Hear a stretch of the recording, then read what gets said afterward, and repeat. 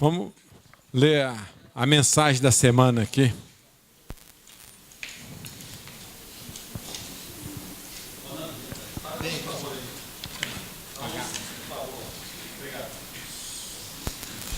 Esse pessoal sempre me manda mensagem. Eu acessei a semana passada, foi muito bonita, né? Muito bonito, muito ambiente. E essa também é muito bonita também. Vamos ver? O Eli, começa. Aliás, começa com o diretor aqui, né? Vou começar. Começa você. Passa. Começar. Vamos lá. Aí o Erli carrega o microfone. Ixi, nossa, passou demais, né? Vamos botar.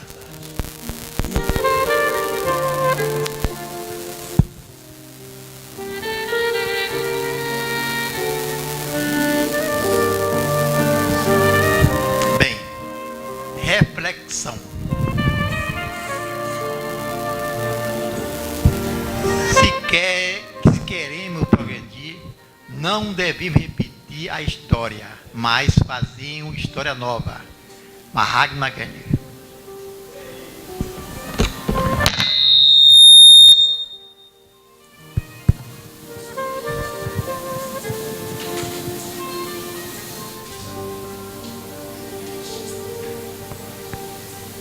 É durante as fases de maior adversidade que surgem as grandes oportunidades de se fazer o bem a si mesmo e aos outros.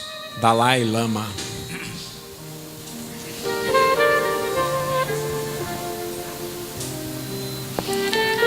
Faça tudo com entusiasmo. Faça tudo da melhor maneira possível. Faça tudo com grandeza e dignidade. Assir Salgarello.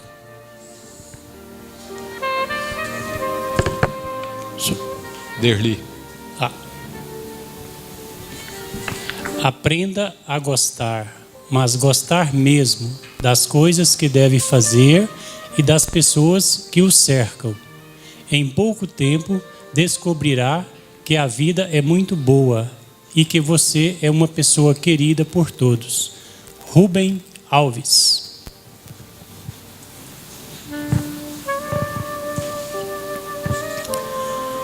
Construí amigos, enfrentei derrotas, venci obstáculos.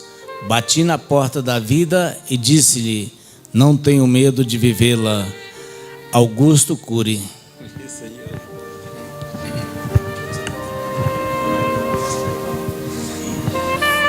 Paciência e perseverança têm o efeito mágico de fazer as dificuldades desaparecerem e os obstáculos sumirem. John Quincy Adams.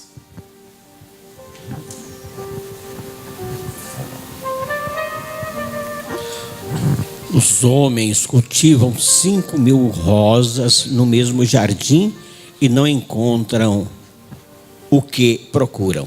E, no entanto, o que eles buscam poderia ser achado numa só rosa. Antoine de Saint-Exupéry.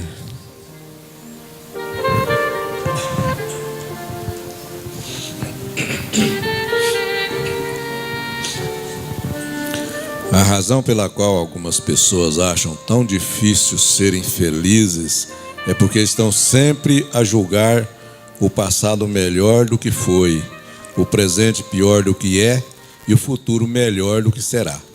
Marcel Pagnol.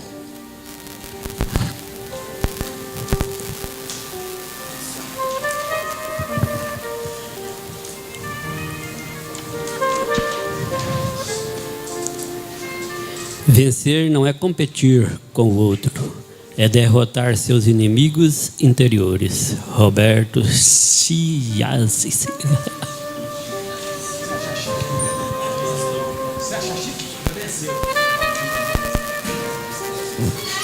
Nossa maior fraqueza está em desistir. O caminho mais certo de vencer é tentar mais uma vez. Thomas Edison.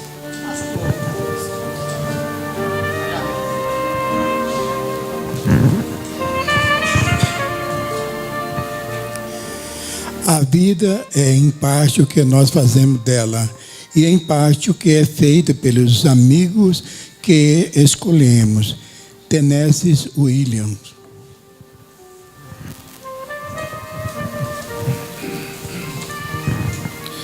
Não caminhe na minha frente, eu não posso segui-lo. Não caminhe atrás de mim, eu não posso conduzi-lo. Apenas caminhe ao meu lado e seremos sempre amigos. Albert Camus.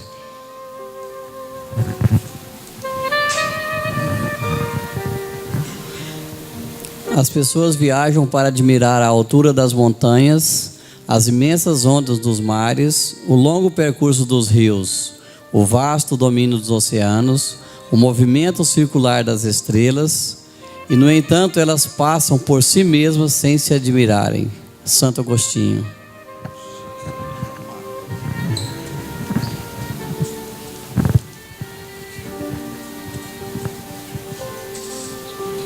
Ótima semana.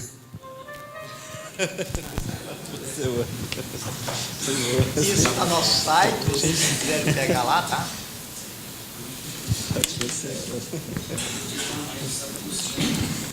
Convidar o doutor Atman aqui, fazer parte da mesa ali ao lado do Otávio.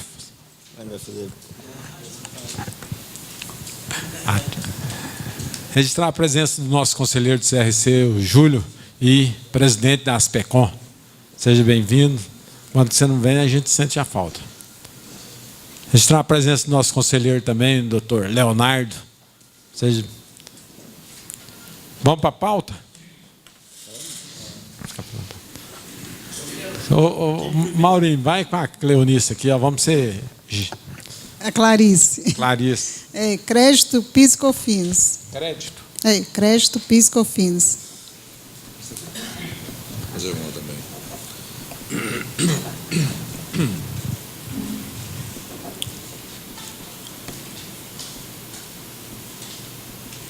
O Galdino. Desoneração da folha.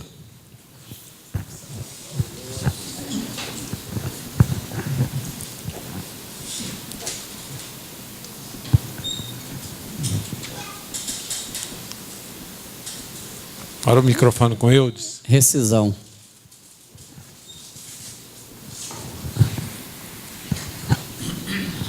Licença maternidade. Esqueci seu nome aqui de novo. Qual é o seu nome? Gilson. Gilson? É, Gilson. Licença.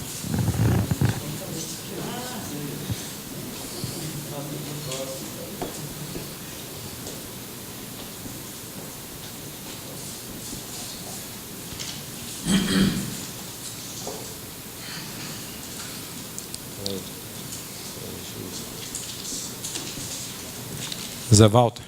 Eu quero base de cálculo ISS Construção Civil. Um pouquinho ISS.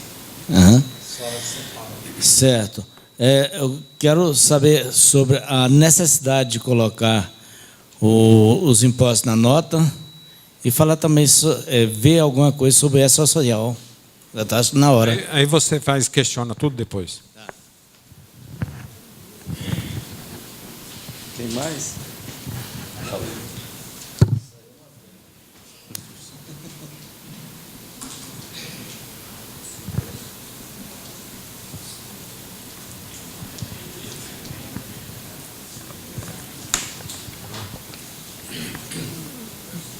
Passar a palavra para o presidente aqui. Bem, pessoal. Som. Sumiu Testando. tudo. Até o meu. Testando. Bem, pessoal, só quero agradecer que, infelizmente, vocês sabem que nós íamos fazer uma chapa em conjunto com o CRC e o nosso colega Henrique ficou impossibilidade de compor essa chapa por causa de motivo de saúde e por causa do contrato que ele tem com a empresa dele, o trabalho dele. E, infelizmente, também não houve o consenso de formar uma chapa única com aqueles remanescentes do CRC. Então, abriu mão para todo mundo, então a gente decidiu formar uma chapa. E pedi para vocês aqui, colocar o nome, ver o nome, E eu coloquei no site aquele que interessava. Eu fiquei meio assustado até que veio 55 nomes para interessado em compor a chapa. Então, aí nós tivemos reunião ontem. É claro que o pessoal do interior não veio, mas acertamos tudo e formamos a chapa. E eu ia registrar a chapa hoje. Quando eu fui pegar o certificado, tinha 4 deles que estavam em débito, né, infelizmente. Aí eu tive que refazer tudo de novo.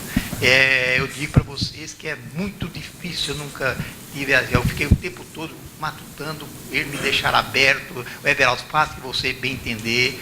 Então, dentro dos 55, eu escolhi 20. É a pior coisa que existe, gente.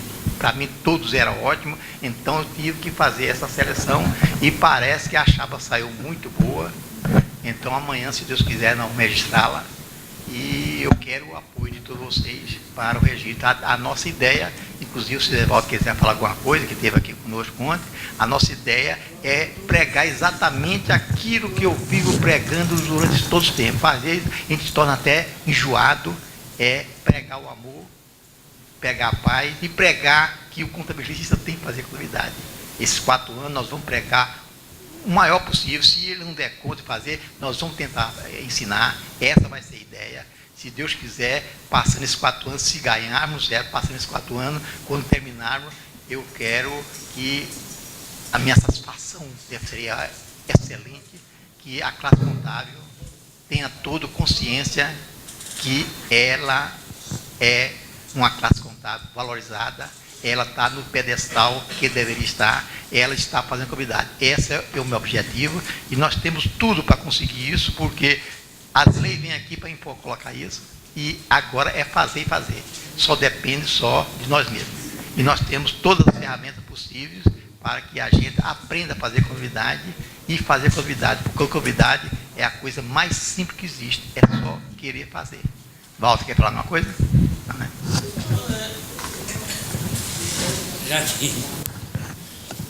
A intenção é o seguinte: não vai haver discórdia, não vai haver, por nossa parte, insultos, não vai haver nada. O que nós queremos é colocar em prática os talentos que temos. Não adianta pegar os talentos e esconder debaixo da mesa. Vamos repartir com quem precisa. E isto é a intenção da gente, intenção de trabalhar em prol da classe. E nós vamos conseguir. Por que nós vamos conseguir? Porque nós vamos contar com todos vocês. Nós não somos melhores do que os que estão lá, do que os outros, porém nós podemos ter uma visão diferente, quem sabe uma visão que está precisando. Não que os outros não sejam bons. Eu acredito que todos da nossa classe são pessoas boas e merecedoras. Mas nós queremos muito o apoio de vocês, que nós queremos trabalhar em prol da classe. Obrigado.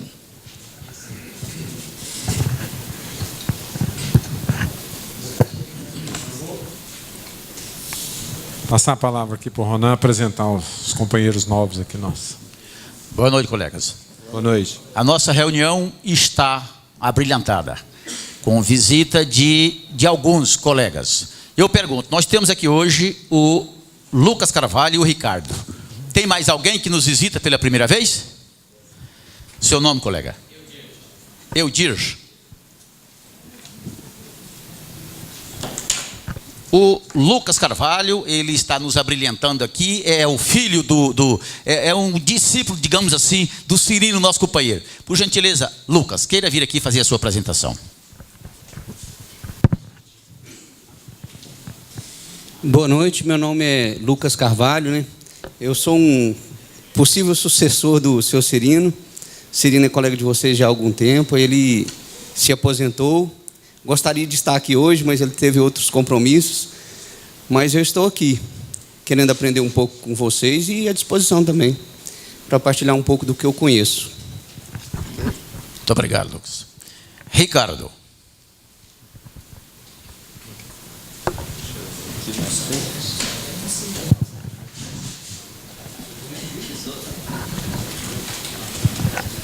Boa noite a todos.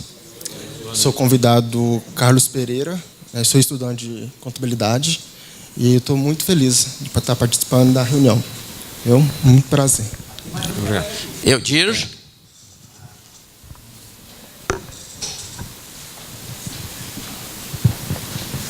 Boa noite. Eu também sou contador, estou fora do mercado há alguns dias, ou, aliás, há alguns anos, né? E pretendo agora dar continuação dessa classe que quero muito aprender com vocês. Obrigado. Vai? Sim, sim. Como eu formei em 2000, estou fora, como 5 anos fora do mercado, que eu fiquei fora do país uns dias, estou querendo regressar agora na parte de departamento pessoal. Tem algumas dúvidas quanto a programa agora, quanto a rescisão, base de cálculo, cálculo trabalhista, não tem dúvida nenhuma. E se algum de vocês estiver precisando e puder me dar uma força, eu sou registrado no conselho há muito tempo, como 10 anos já. Obrigado. Ok. Mais alguém que nós esquecemos de nominar? Muito obrigado. Sejam bem-vindos, colega. Deixa um currículo aqui no sindicato, Eudir. Viu? Tá. Ok.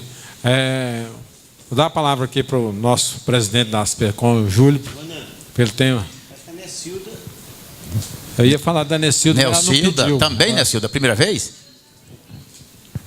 Só que ela veio na semana passada, mas não foi apresentada, né? Necilda, por gentileza, queira vir aqui fazer a sua apresentação. Não teve jeito, viu, Necilda? Está vendo como é que o grupo de estudo vai progredindo? A cada semana vindo colegas e associados. Isso nos honra muito. Sabe? Boa noite, meu nome é Necilda, eu sou formada já tem 6 anos, atuei pouco na área e estou retornando. Preciso da ajuda de todos. Ok. Obrigada. Agora o nosso presidente Júlio da Aspercom. Boa noite. Boa noite. Ô, Fábio, tem jeito de você pôr aquele e-mail que eu mandei para você, se possível. Bom, a gente está aí na presidência da Aspercom, trabalhando arduamente. Semana retrasada agora, houve a Jornada da Cidadania e fomos muito bem aceitos. Foi um convênio entre PUC, CRC, Aspercom e Tribunal de Justiça. Foram mais de 150 atendimentos por parte da nossa comitiva, que tinham 20 peritos lá trabalhando gratuitamente em prol da sociedade. Foram realizadas várias conciliações, separações, então preenchemos ficha, emitimos pareceres e os juízes ficaram muito satisfeitos. E com isso valorizou a nossa associação e querem se aproximar mais, inclusive na área de nomeações, porque está tendo muito casos de ser nomeado até administrador, que não, me perdoe os administradores, mas cada um no seu quadrado, digamos assim. Então, quando se trata de peça contábil, já entramos com ofício no Tribunal de Justiça, já com a presidência. Eles não tinham nem conhecimento desses fatos e vão apurar os fatos. Um outro fato é que nós estamos entregando os laudos e está demorando para ser liberado os nossos alvarás, que o próprio código fala que a entrega do laudo deve ser liberado nossos honorários. Então, estamos trabalhando para isso. Agora, na convenção, vamos estar lá com o estande à disposição daqueles que pretendem ingressar nessa dádiva, nessa magnitude de profissão. Vamos ter fichas, vamos esclarecer o que se fazer, vamos estar distribuindo material. E se porventura nós conseguimos fazer o lançamento do nosso manual, que foi realizado em parceria do Comitê de Perícia, que hoje já está no Conselho Regional de Contabilidade, tem esse comitê, então são 10 profissionais que congregam, que ele foi criado para o estudo da perícia, e juntamente com a Aspercom nós já elaboramos, já publicamos, já editamos e já imprimimos. Só não começamos a distribuir porque não foi feito o lançamento. E sexta-feira agora nós vamos ter uma reunião lá no Conselho a partir das 16 horas para ver se já definimos essa data de lançamento, do qual eu já deixo bem claro que vocês são todos os nossos convidados. Não precisa ser perito para ser convidado para o lançamento. E nós vamos ter uma primeira tiragem, acredito, de 5.000 exemplares. Eu acho que vai dar para quase todos os profissionais que querem ingressar. A nossa verdade é que a gente tenta mandar isso é para os juízes, para eles poderem entender quem faz e por que faz. Nosso primeiro pensamento é esclarecer aos juízes, né? E trouxe também aí, agora nós tivemos a felicidade de participar do Conescap, e um colega nosso mandou um convite para vocês, vai ser realizado um café da manhã, lá no Castro Park Hotel. A priori, ele queria convidar empresários, né? Esse, na verdade, é um sistema que é uma auditoria do serviço que nós fazemos, gente. Porque, se vocês não sabem, o SPED fiscal, ele simplesmente enviado não significa dizer que você está livre de problemas. Muito pelo contrário. Ele pode te trazer problemas, né? Uma informação que, quando ao fazer o cruzamento não estiver correto, vai se dar problema. Então, lá eles vão apresentar, pode subir mais, que já lá embaixo é melhor. Então, lá eles vão emitir, inclusive, um laudo. Esse programa não é programa de contabilidade, é um programa de auditoria. É como se ele fizesse uma varredura no seu sistema para confrontar divergências entre SPED, DACOM, DIPJ e tudo. Então, ele vai fazer isso. Então, não vai ter nenhum custo. Data é 11 de setembro, lá no Castros Hotel. Os interessados em entrar em contato com aqueles telefones, certo? Falar com o Felipe, que é o meu amigo, aliás, é da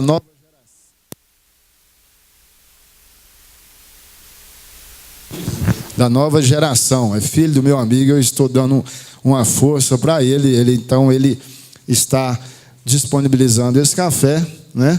Mas são vagas limitadas, então a gente entende que nós não vamos comprar esse sistema, mas nós podemos oferecer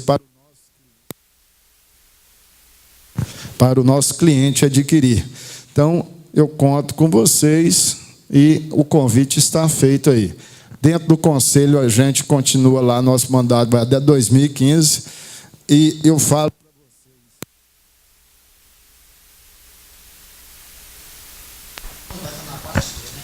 Oi? 11 na quarta-feira, véspera do dia 12, que é a data da abertura da Convenção de Contabilidade, do qual também convido a vocês a participarem, que vão ser grandes e vários palestrantes. Eu não sei nem se vai dar tempo daquele tanto de gente falar, porque tem nome pra caçamba lá. E, então, fica aí o convite, né? E para aqueles que estão compondo a chapa do sindicato, eu vou dizer para vocês, eu que estou lá, não é simplesmente ser um conselheiro, não, gente. Trabalha arduamente. Às vezes as pessoas pensam, você vai lá de vez em quando e tal, viaja, né? Mas não é isso, não. Processo demais. O Júnior já passou por lá, ele sabe o que eu estou falando. O Fabian também. Então, nós estamos até 2015. Então, muitos amigos nos procuram para resolver problemas, e tem uns que a gente nem consegue resolver. Tipo, emiti 50 decora e fui notificado e autuado. Vê o que você pode fazer lá para mim. Não tem como, né, gente? Tem coisas que não é o jeitinho brasileiro que vai arrumar. Então, qual hora? Aí? Não, essa palestra ela dura em torno de, no máximo, 1 hora. A palestra em si mesmo, as demonstrações são, pelo que ele me falou, 40 minutos. E todos vão sair lá com o modelo do laudo de auditoria eletrônica que ele emite. Totalmente gratuito. E mais, o participante vai ter 72 horas de acesso gratuito do sistema para poder estar verificando, né? E até ele me falou uma coisa que é salutar. Os empresários adquirem e fazem tantas perguntas que eles ficam até loucos, porque não entendem nada. E contador, quando adquire o sistema, quase que não usa a consultoria, porque já sabe bem mais que os empresários. E eu falei para ele, mas quem faz esse serviço não é empresário, somos nós contadores. Mas apesar que hoje nós temos que induzir o empresário a colocar um auxiliar dentro da empresa dele para que faça o serviço, e nós então vamos realizar o serviço de contador, o qual é analisar e verificar os balanços. Esse é o nosso propósito futuro. Nós não somos mais nem guarda-livros e nem lançador de documento fiscal. Nós somos auditores e, quem sabe, também peritos. Obrigado, estou à disposição de todos. E sucesso, e torço por vocês da chapa do sindicato. Traga o microfone para o Maurini. Aqui, ó. Um bom aqui, ó. Arrumou. Pessoal, é esse o telefone. Eu acho que é importante essa 1 horinha que estiver lá. Esse telefone, guardem ele aí. Quem quiser copiar. Hã? O Fábio. O Wesley, ponha amanhã na página. Pronto. Já pode até pegar e colocar agora, viu? Acontece que o pessoal, pelo menos, vão assistir, estão vendo o telefone, tá? Vamos colocar na página amanhã do sindicato, no site do sindicato, para vocês verem, tá? Fique com esse. Depois. Vamos para a pauta aqui. Liguem para nós, a Luiz.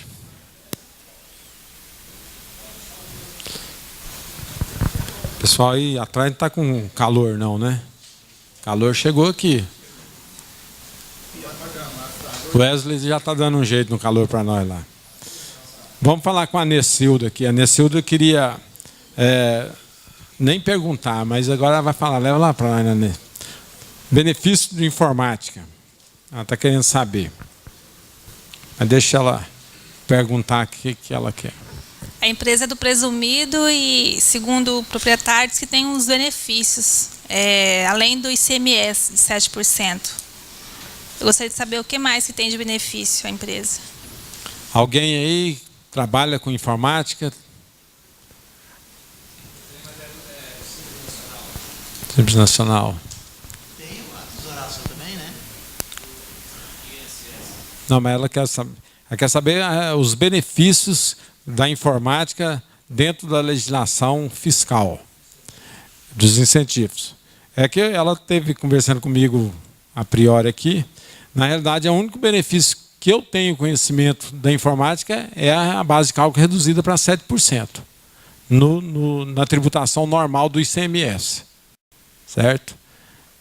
Quanto a crédito de PIS, COFINS, pode ser que tenha, eu não tenho, mas pode ser que tenha algum produto alíquota zero.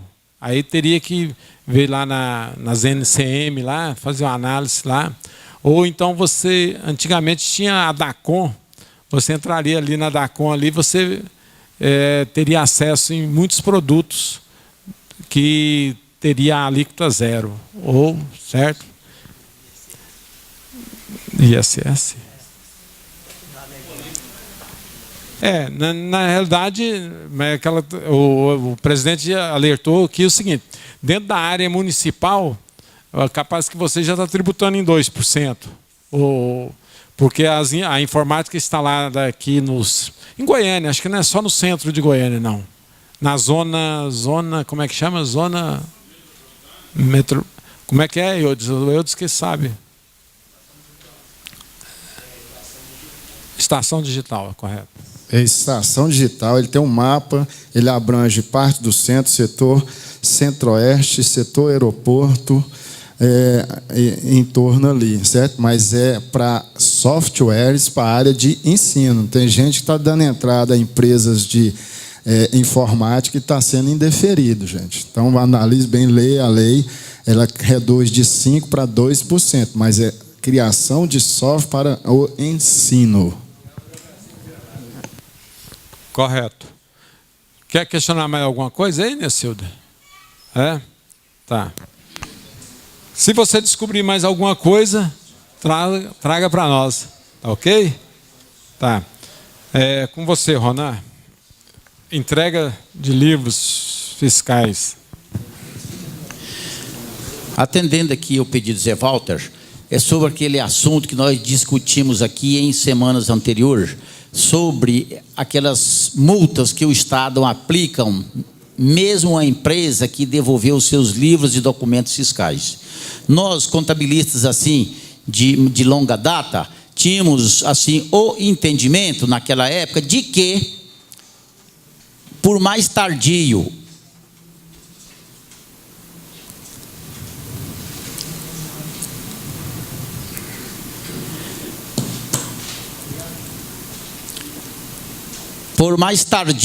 que fosse a entrega de livros e documentos daquelas empresas que paralisasse ou encerrasse a sua atividade, estariam isentos de multa.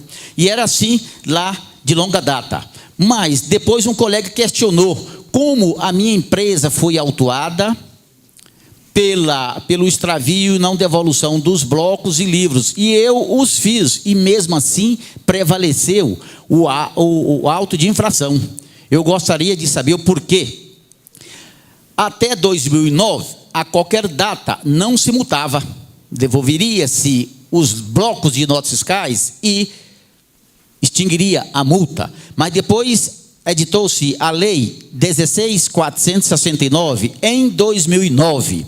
E ali, o CAT, essa lei especificamente para o CAT, denominada recurso extraordinário. Porque o que é extraordinário? O entendimento do próprio CAT, de que se a empresa autuada e até 2 anos ela apresentasse a documentação devidamente notificada daquele auto-infração e ela até 2 anos devolvesse, extingue-se a multa.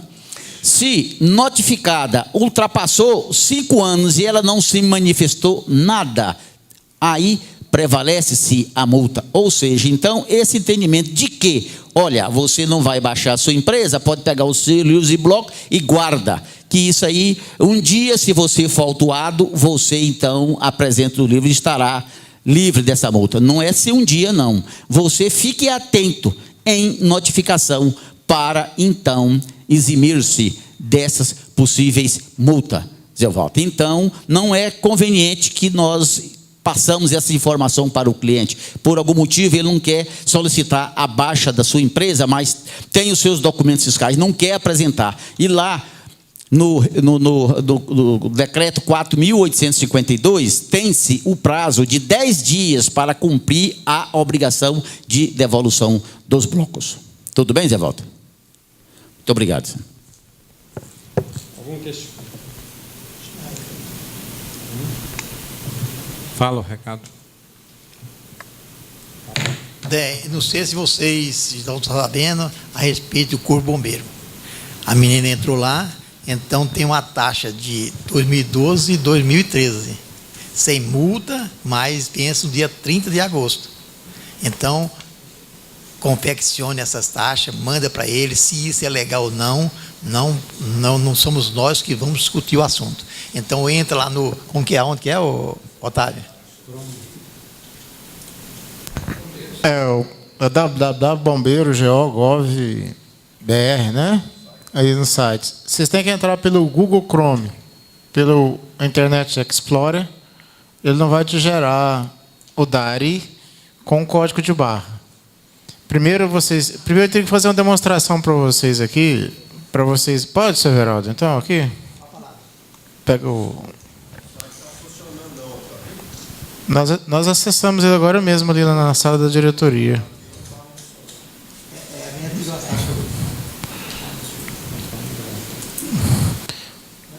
Peraí, não, tá azul, não passou para cá ainda não. Eu tenho que.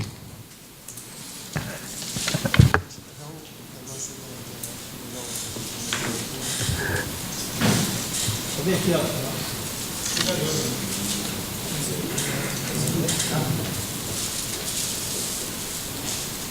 Pode ligar também? Vai ficar na sua.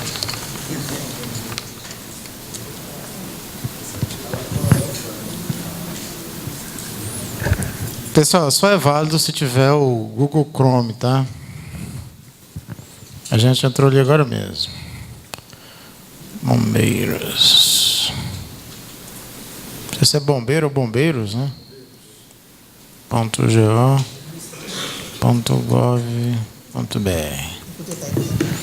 Ô, doutor Atlas. Erro na condição SSL. Doutor Atlas, inclusive, você vai falar que essa taxa é para ajudar o Corpo Bombeiro. Nosso colega Atlas, advogado, o que o senhor acha disso depois? Ele fala aí. Deixa eu concluir aqui que eu vou abrir pelo Internet Explorer, tá? Essa expansão de análise que estão aqui, ó, essa é que a gente tira anualmente para fazer, tá? Então, estamos aqui nesse segundo link aqui, ó, taxa de potencial de incêndio, solicita a sua, né? Aí eu estou no Internet Explorer. aí está falando que ele não é indicado. Tem que ser o Google Chrome. Eu não estou conseguindo entrar pelo Google Chrome aqui. Tá? Então, pessoal, lá tem a legislação. A única empreendimento, não vamos chamar de empreendimento, na legislação que determina a isenção são somente residências. Tá? Tudo aquilo que é empreendimento tem que ter exceção de residências. Não, tem? Eu não sei, né? Talvez ele está falando a taxa potencial de incêndio, que o microempreendedor individual não há essa necessidade, né? E as residências. Mas todo empreendimento que tem CNPJ, for comercial ou industrial, ou prestador de serviço, vocês vão ter que fazer. Acontece que quando vocês abrem o site, ele não está abrindo, vocês têm que fazer um cadastro primeiro. Você tem que pegar o contrato social da empresa, colocar a data de início de atividade das empresas, CNPJ, endereço completo, a área também do estabelecimento, porque ele é calculado pela área em metros quadrados.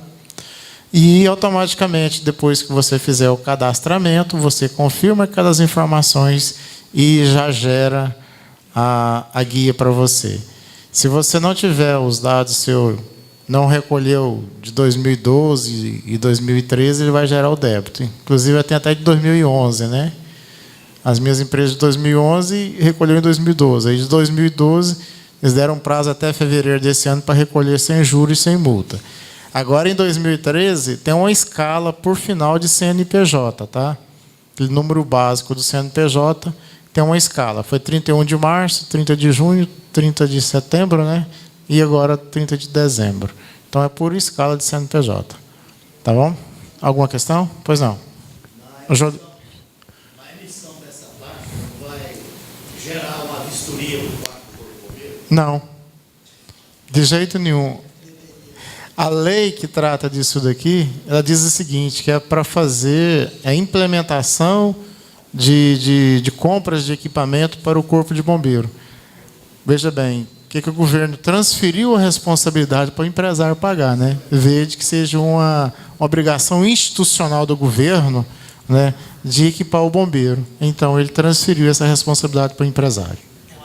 É uma taxa. É uma taxa, sim. Anteriormente, estava existindo uma vistoria do bombeiro, então, eles cobravam por essa vistoria, que anualmente cada empresa fazia isso. Continua essa taxa, mais essa, como é que é? Mais uma. Continua as duas. Um é de dispensão, essa é de potencialidade. Quer dizer que vão ter que... Eu cliquei no CNPJ aqui, está falando, né, que não foi cadastrado, você tem que cadastrar o contribuinte. Aí você vai abrir aqui o link de cadastramento, aí você vai passar... Eu estou no Explorer, viu? É o Google Chrome. Eu estou no Explorer. Aí vai te dar as informações. Tá. Mozilla deve entrar. Vou colocar aqui 100 metros quadrados. Aqui. O que vai dizer da taxa aqui? Será que você multiplica?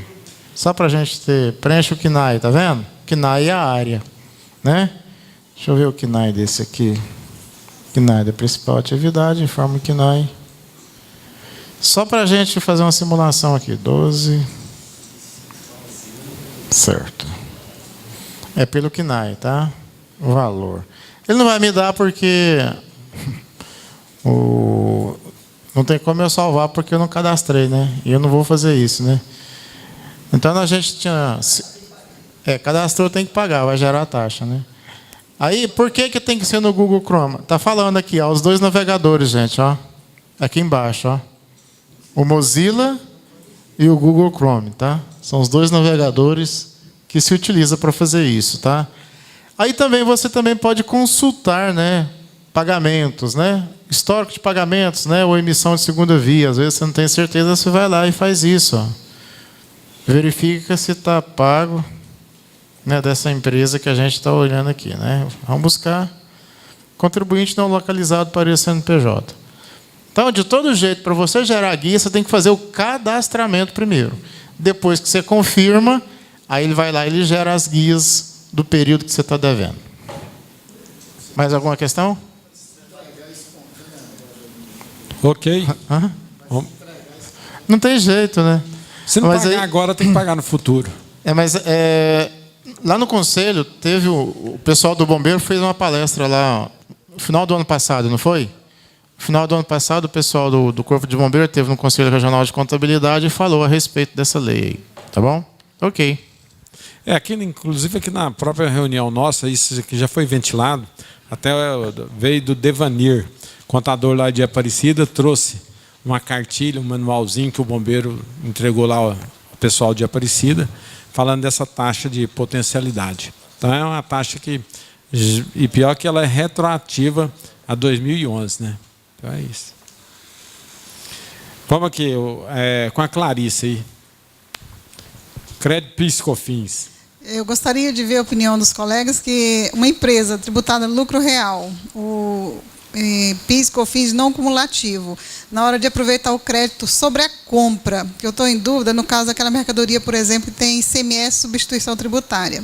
Eu dei uma olhada na legislação, quando ele vem lá destacado, vamos supor, valor do produto, R$100, ICMS substituição 20, total da nota 120. Eu só posso aproveitar o crédito sobre o 100 e não sobre o 120? Valor do produto. E que, na realidade, esse 20 compõe o custo da mercadoria, né? Que eu estou pagando por ele. Mas ele é tributo. E tem alguns casos, que é aquele caso que já vem embutido no valor total da nota, daquela substituição tributária que já vem embutido no valor. Aí não vem desmembrado. Aí eu aproveito sobre o valor, que o valor da nota é o mesmo valor, né?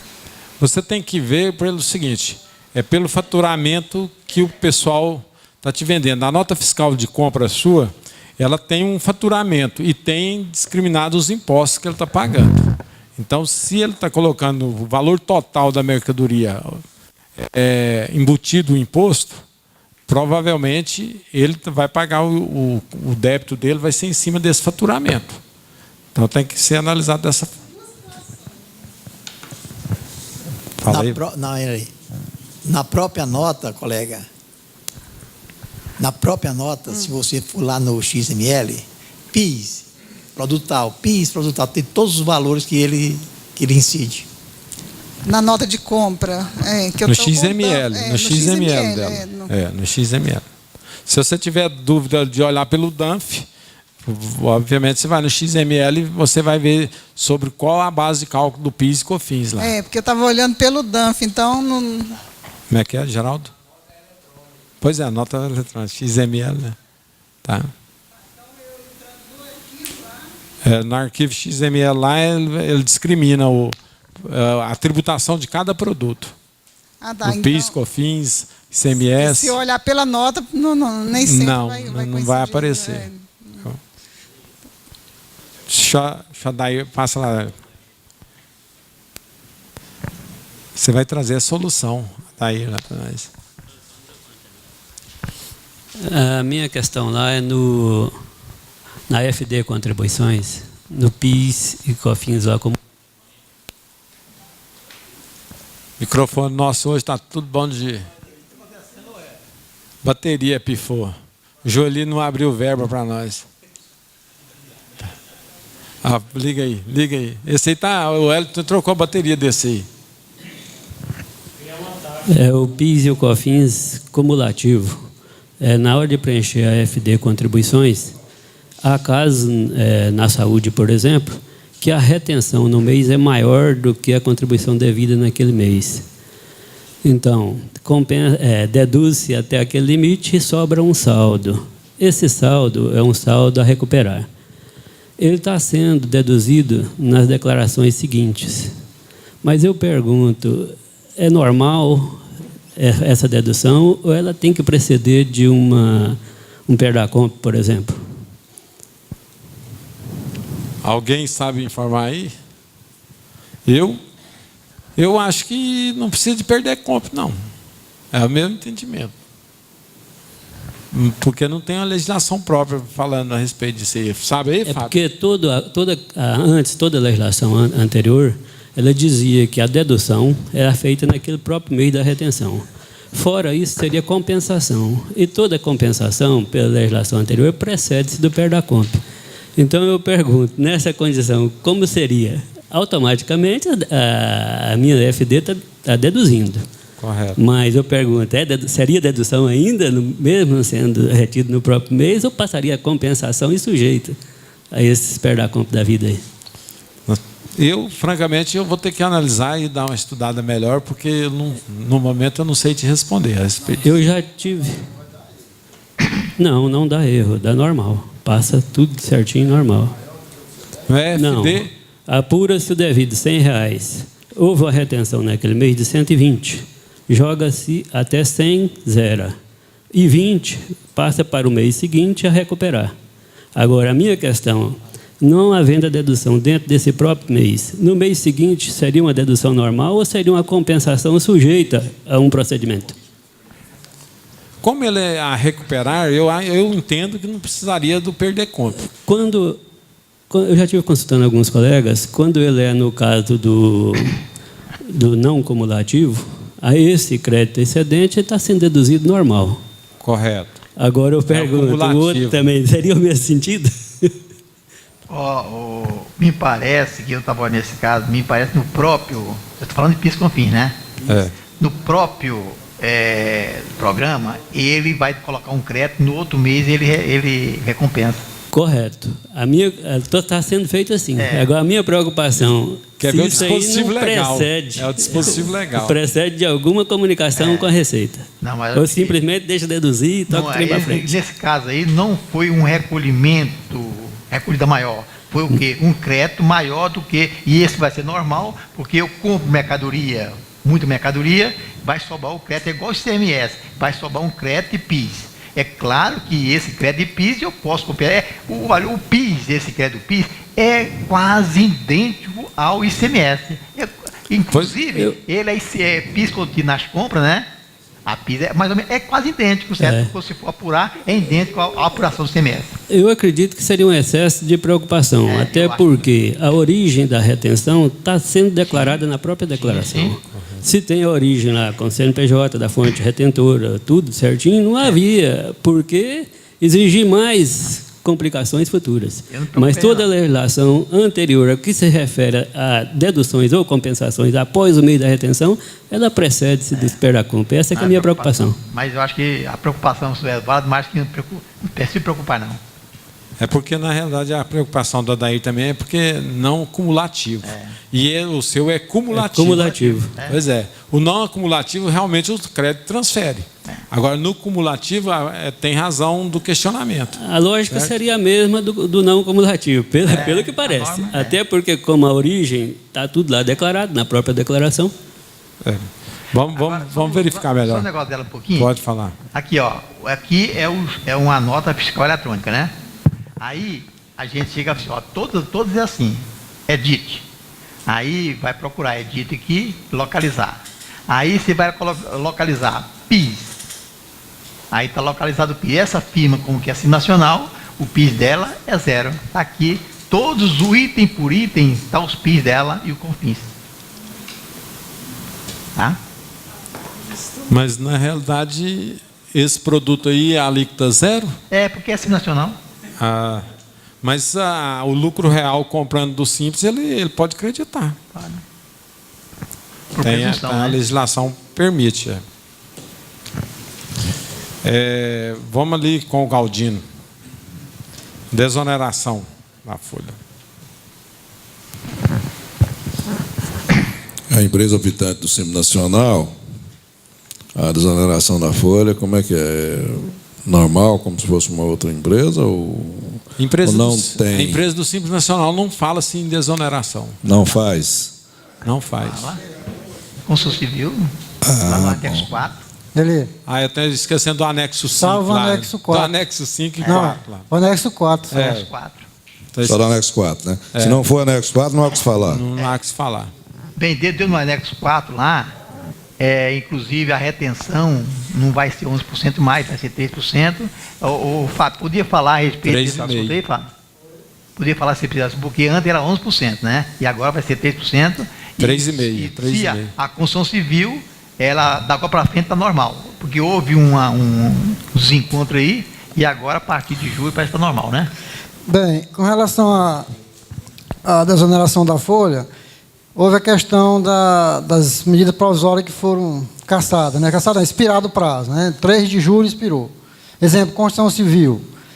a medida provisória só amparava a desoneração até o dia 3 de junho. E aí ficou se aguardando uma lei. Saiu a Lei 12.844, né, fazendo alteração na Lei 11.546, se não me engano, de 2011, que é a Lei da Desoneração. Só que a lei saiu o seguinte, sexta-feira, no último dia de pagar a GPS, dizendo o seguinte: as empresas que estavam fazendo a desoneração, que pagassem a Previdência até o dia do vencimento, poderiam continuar procedendo à desoneração da folha. Por quê? Porque a Lei 12.844 fala que a desoneração passa a vigorar a partir do 4 meses da edição da norma. A norma saiu em final de julho, né? Mas, se as empresas pagaram a GPS no vencimento, elas podem dar continuidade, as empresas que já estavam na desoneração podem dar continuidade na desoneração. Isso quer dizer que, no exemplo da construção civil, que se pagou a GPS no vencimento pela desoneração, continua a retenção de 3%. Né? A que não pagou no vencimento e que vai ter que esperar o 4º mês da promulgação da lei, para voltar à desoneração, a retenção volta ao sistema antigo, que é 11%. 3,5%. No caso de... a empresa tem 2 KNAI. Um KNAI principal não é obrigado, e o KNAI secundário está na lista. Nesse caso aí, como é que você faz? Vai desonerar por causa do KNAI secundário ou não? É pró-rata. Vai ignorar? Né? É pró-rata. Bem, a questão da desoneração, se a empresa tem uma atividade que está desonerada e a outra não, é proporcional. E é mensal, né? Todo mês você apura. A receita dessa era tanto, desonera tanto. Ah, sei. Se você tiver separadamente a receita de cada KNAI... Não é o que você... Desde que esteja cumprindo o que eu falei antes. Se ela pagou no vencimento, mantém a desoneração. Senão vai ter que esperar o 4º mês de promulgação da lei para voltar à desoneração. Mas geralmente quase todo mundo pagou. Porque na dúvida todo mundo... Praticamente 90% fez o pagamento com a desoneração, porque sabia que ia vir. Agora, se você tem a condição de separar as receitas e os empregados por departamentalização, cada departamento tem sua folha, então você vai recolher de acordo com o departamento daquela receita. Agora, se você não tiver, tem que fazer a proporcionalidade. Você faturou 80% de desoneração, vai usar 80% da folha para desonerar. Certo? Ok. Vai com o Eudes lá, vamos ver. Rescisão.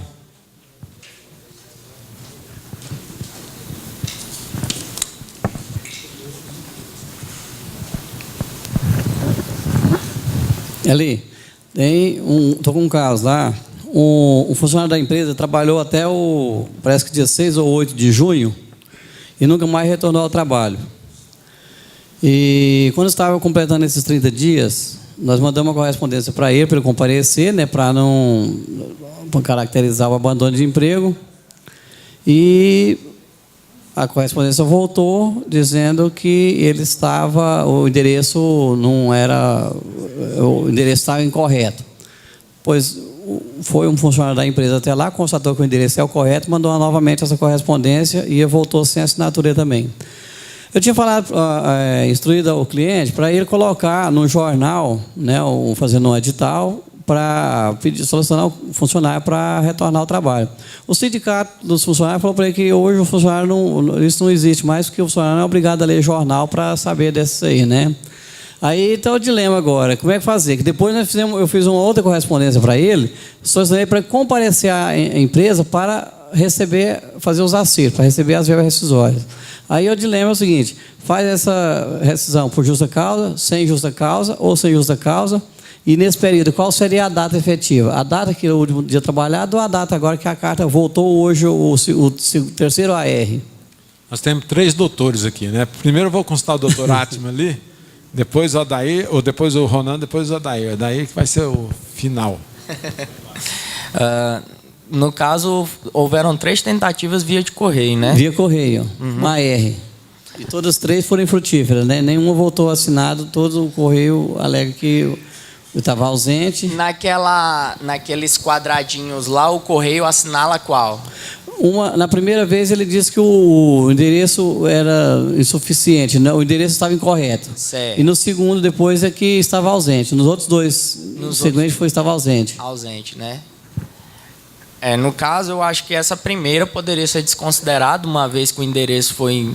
Assim, era mesmo que endereço. seja o mesmo endereço, né? Aquele quadradinho lá vai fazer diferença, entendeu? Porque se fosse dentro de um processo judicial, seria outra coisa, né? Porque tecnicamente falando, você poderia pedir uma diligência do oficial de justiça. E aí o oficial de justiça ia lá, né? E ia constatar a realidade dos fatos e poderia fazer uma citação ficta dele. Mas a gente está falando do campo ainda extrajudicial. Eu entendo que nesse caso aí você vai poder utilizar só aquelas duas que constatou a ausência, né, no caso do empregado. Essa questão do edital para a questão notificação do empregado, ela é um pouco relativa, porque eu já vi juízes acatar na Justiça do Trabalho, entendeu?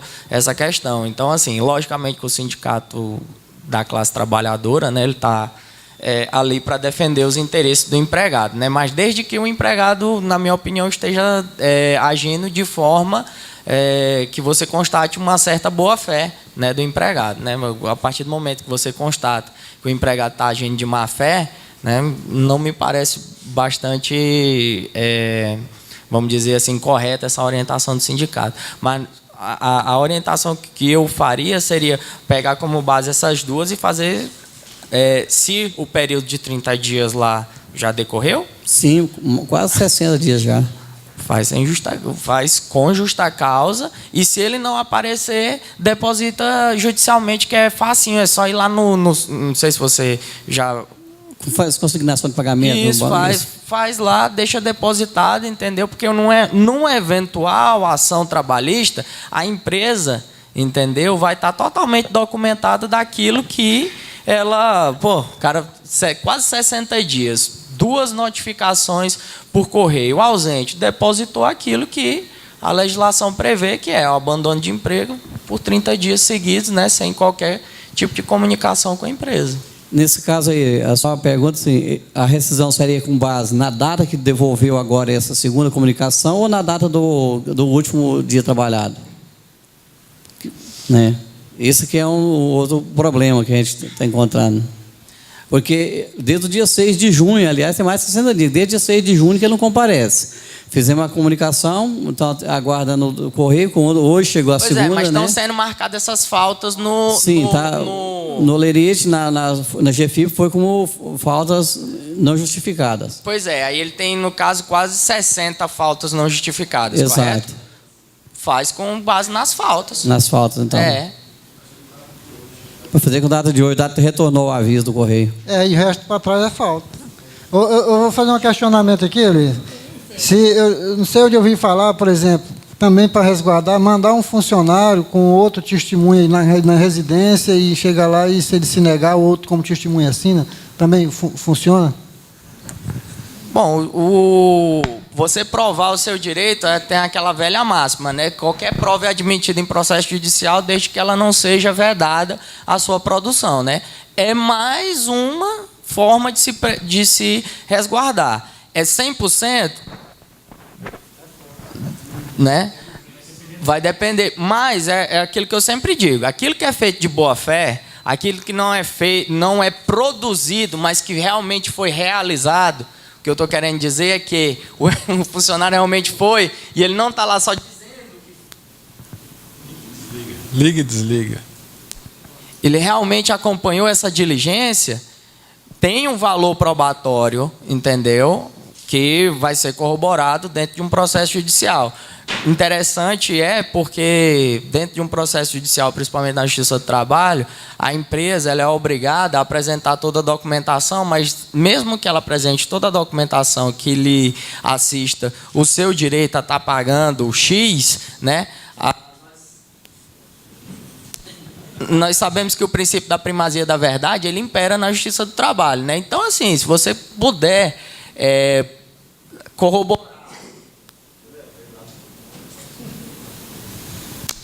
corroborar as suas alegações documentais com uma prova testemunhal é sempre muito importante. Aqui é aquela questão, né? O que abunda não prejudica, desde que seja feito dentro daqueles critérios da boa-fé, né? Eu acho que não há problema nenhum, assim, o juiz não vai dizer que não vai aceitar essa prova, não vai aceitar esse testemunho. Logicamente, ele vai aceitar e ele vai dar o valor que ele achar que cabe naquele testemunho. Obviamente, se ele comprovar que aquilo que a pessoa está dizendo é reflexo de uma realidade que aconteceu. Ok, deixa o Ronan dar um comentáriozinho aqui, depois vamos ali para... Espera, depois você comenta aí. Vamos lá. Depois vocês Bom, é o que o doutor Atiba disse, com mais objetivamente, eu disse. Cumprir-se é uma relação conturbada. Cumprir o que determina a lei. Após 30 dias não é abandono de emprego? Correto? Faz-se o depósito consignado na Caixa Econômica Federal e guarda-se essa documentação que você tem. Os ARs, que é uma prova documental de que a empresa manifestou o interesse de ouvir o empregado. E ele não compareceu. Faz-se o depósito e esperação na justiça. Ok. Vamos ouvir o Adair aqui um pouquinho.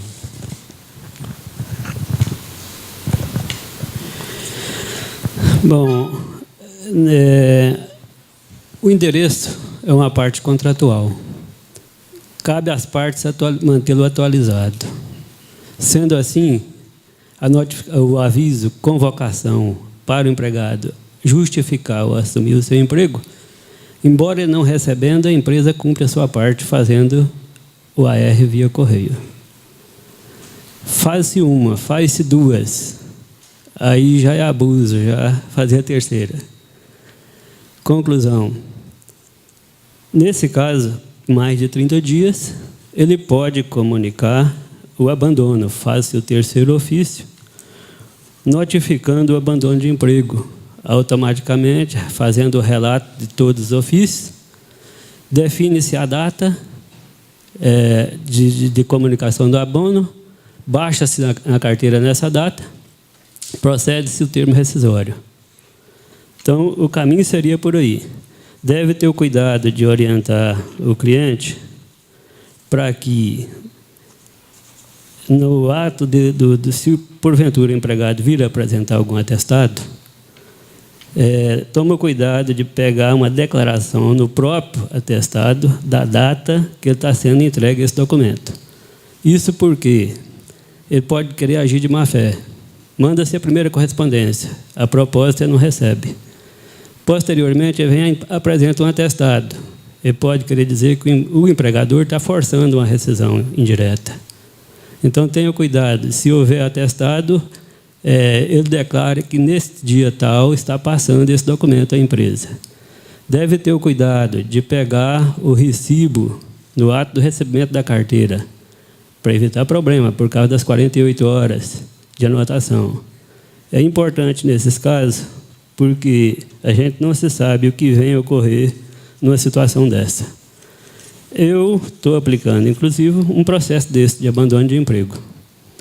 No meu caso, foi mais recente. Ele afastou em julho. Tem mais de 30 dias. Fiz a comunicação. O terceiro recebeu, não foi o próprio. Fiz a notificação do abandono.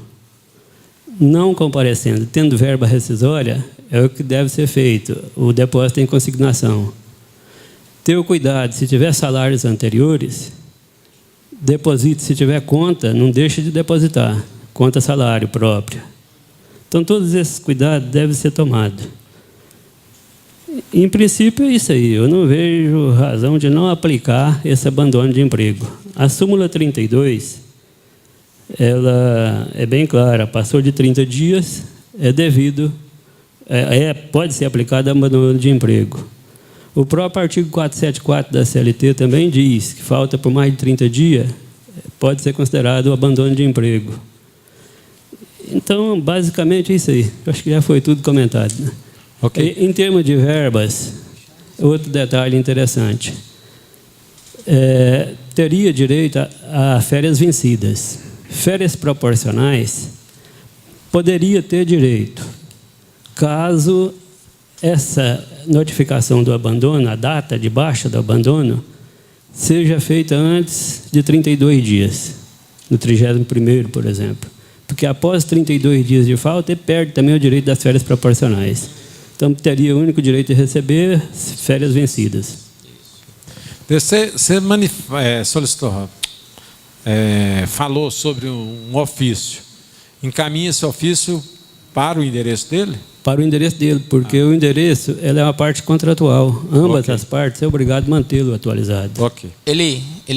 Só um caso aqui concreto, rapidinho, pegando um pouco no que o Odair falou. Eu já defendi um processo, por exemplo, que o empregado alegou justamente essa questão que o Odair está falando, que a empresa forçou aquela situação, certo? Que ele não tinha abandonado o emprego, na verdade estava doente e tal, apresentou um atestado e a empresa não teve o cuidado na época de fazer esse procedimento que o Odair acabou de relatar para a gente. Então, assim, processualmente a gente conseguiu reverter. Como? A gente pegou... Está lá o atestado médico, a gente foi até o site do CRM, constatou que o médico realmente existe, entramos em contato e pedimos a intimação do médico para que ele desse o testemunho dele, para que ele dissesse se aquele laudo realmente era válido, né? Mas só que aí eu tive o cuidado de ligar para o médico antes, ele me disse que o carimbo dele tinha sido extraviado, né? E que muito provavelmente aquele laudo poderia não ter sido emitido por ele, né? Então eu juntei eu fui até o consultório dele, ele me deu uma cópia do boletim de ocorrência, eu juntei isso nos autos, né? E para nossa surpresa, né, nem o advogado e nem a parte compareceu na audiência em que o médico estava lá para ser ouvido, né? Ele não deu certeza, porque assim, ele médico da rede pública, né? Então, assim, atende um volume muito grande de pacientes, né? Ele não deu certeza, mas no período, realmente, já havia acontecido o extravio daquele carimbo, né? Mas aí, como não apareceu ninguém, né? Pela ausência da parte do advogado, o processo foi arquivado. Muito provavelmente, alguma má-fé havia nesse processo. Então, assim, evitando esse tipo de... Porque, assim, foi feita uma ginástica bastante grande para a gente conseguir chegar nesse final, né?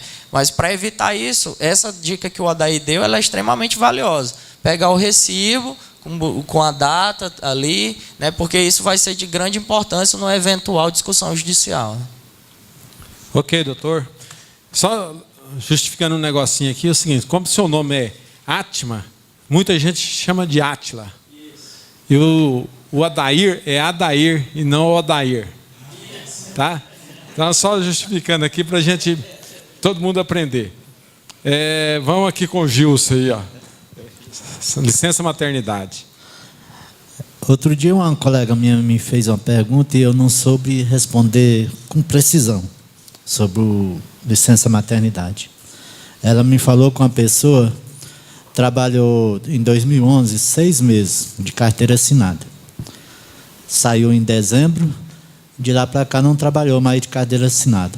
E agora está com 5 meses gestante.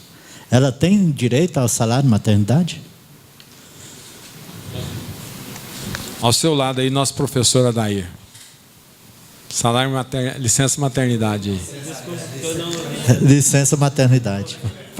Espera aí, só deixa... o Geraldo responde aí por enquanto. Depois você vai pegando a ramificação da pergunta aí.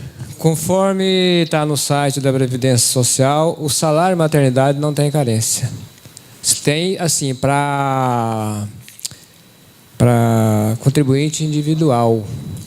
Para trabalhadora, não tem carência, não. Mas o que eu entendi ali é que ela trabalhou 6 meses, depois ficou com quantos anos sem trabalhar?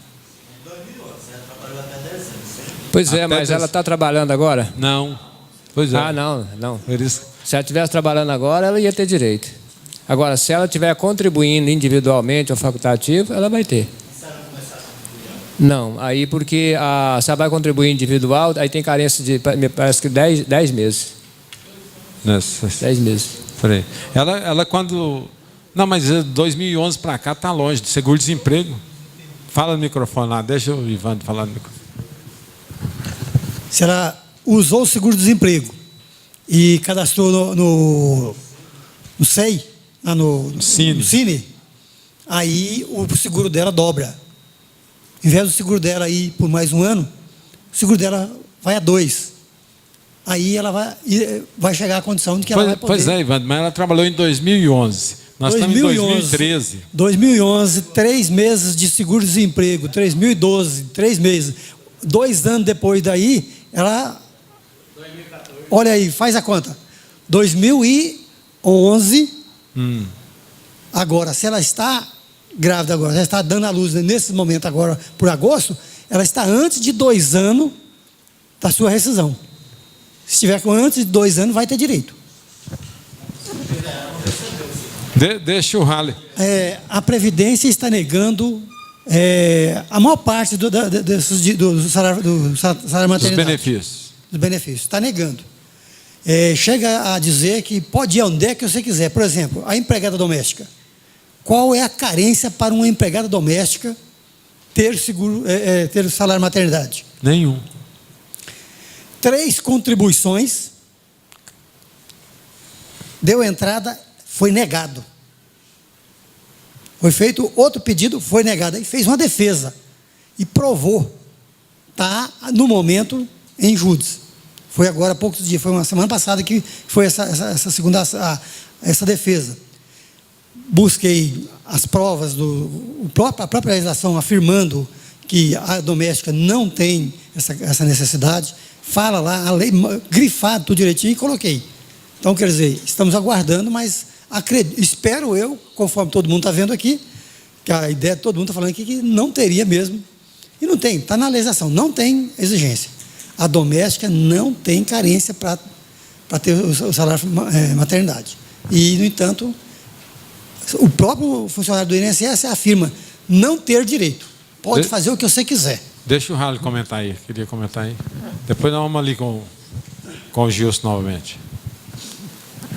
Nesse caso em questão, que a pessoa trabalhou em 2011 e ficou desempregada de lá para cá, no caso, acho que só se ela estivesse pagando como contribuinte individual, porque ela está desempregada. Ela não tem licença de nada porque ela não está ocupada. Agora, se ela pagar, por exemplo, começar a pagar, eu creio que se a carência é 10 meses, se ela trabalhou 6 meses anterior, agora com mais 4 meses, ela poderia requerer o direito do salário de maternidade. Isto se anteceder, se esses 4 meses anteceder ao parto, né? Eu creio que seja assim. Tá, passa lá para o Gilson fazer a pergunta novamente, para dar a entender melhor um pouquinho, para dar um palpite para nós. Ela trabalhou uns 6 meses em 2011, saiu em dezembro. De lá para cá não trabalhou mais de carteira assinada. E atualmente ela está com 5 meses grávida. Ela quer saber se ela tem ainda direito da licença maternidade. Antes do Odair falar, deixa o doutor Atma falar ali.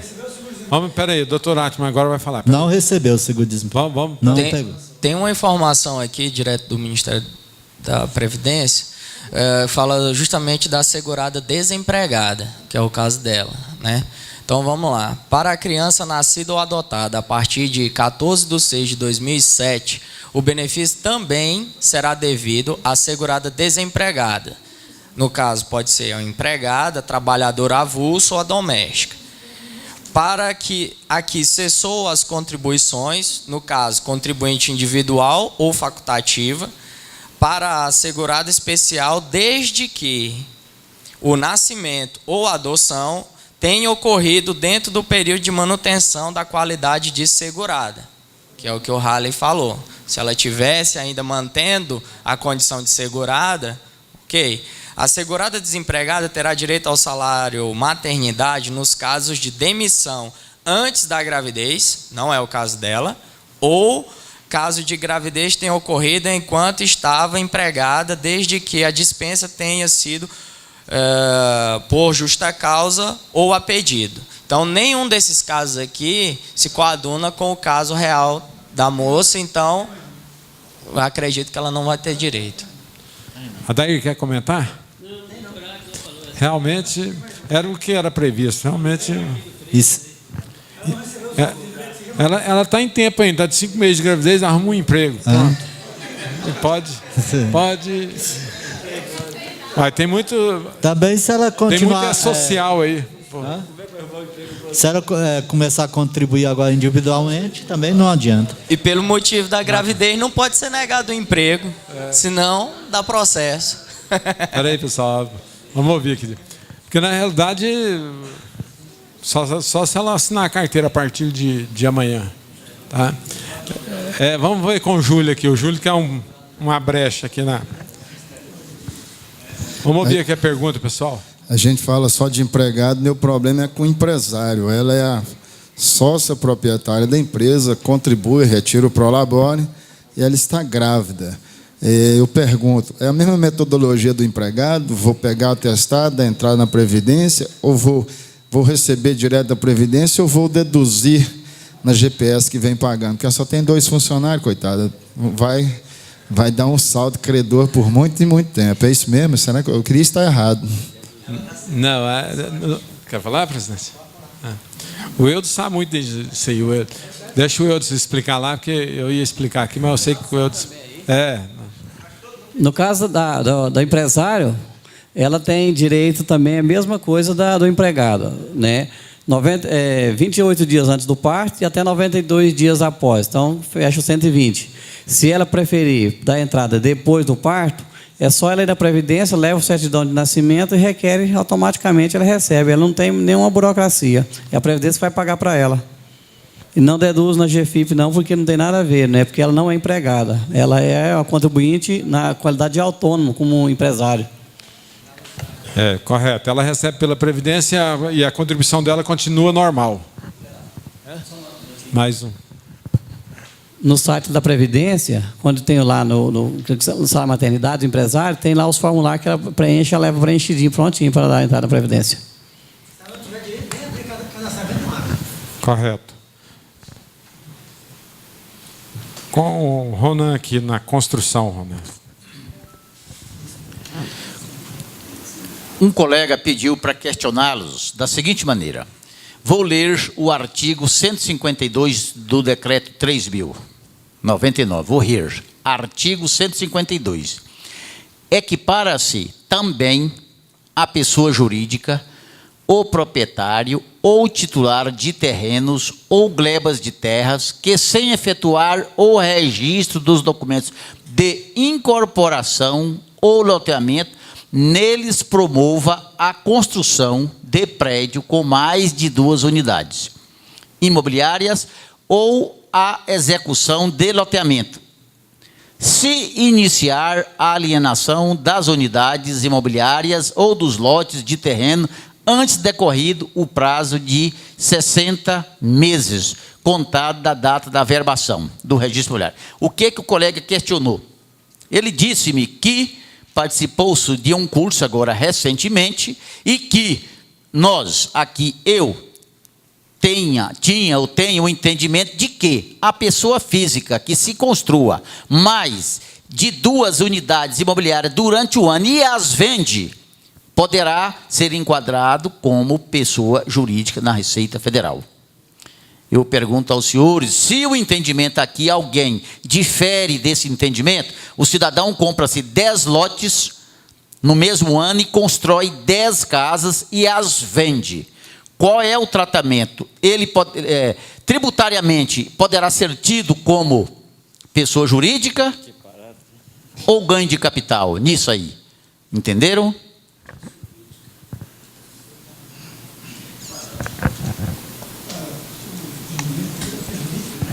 Quem? Adair, quer comentar aí? Não é seu forte?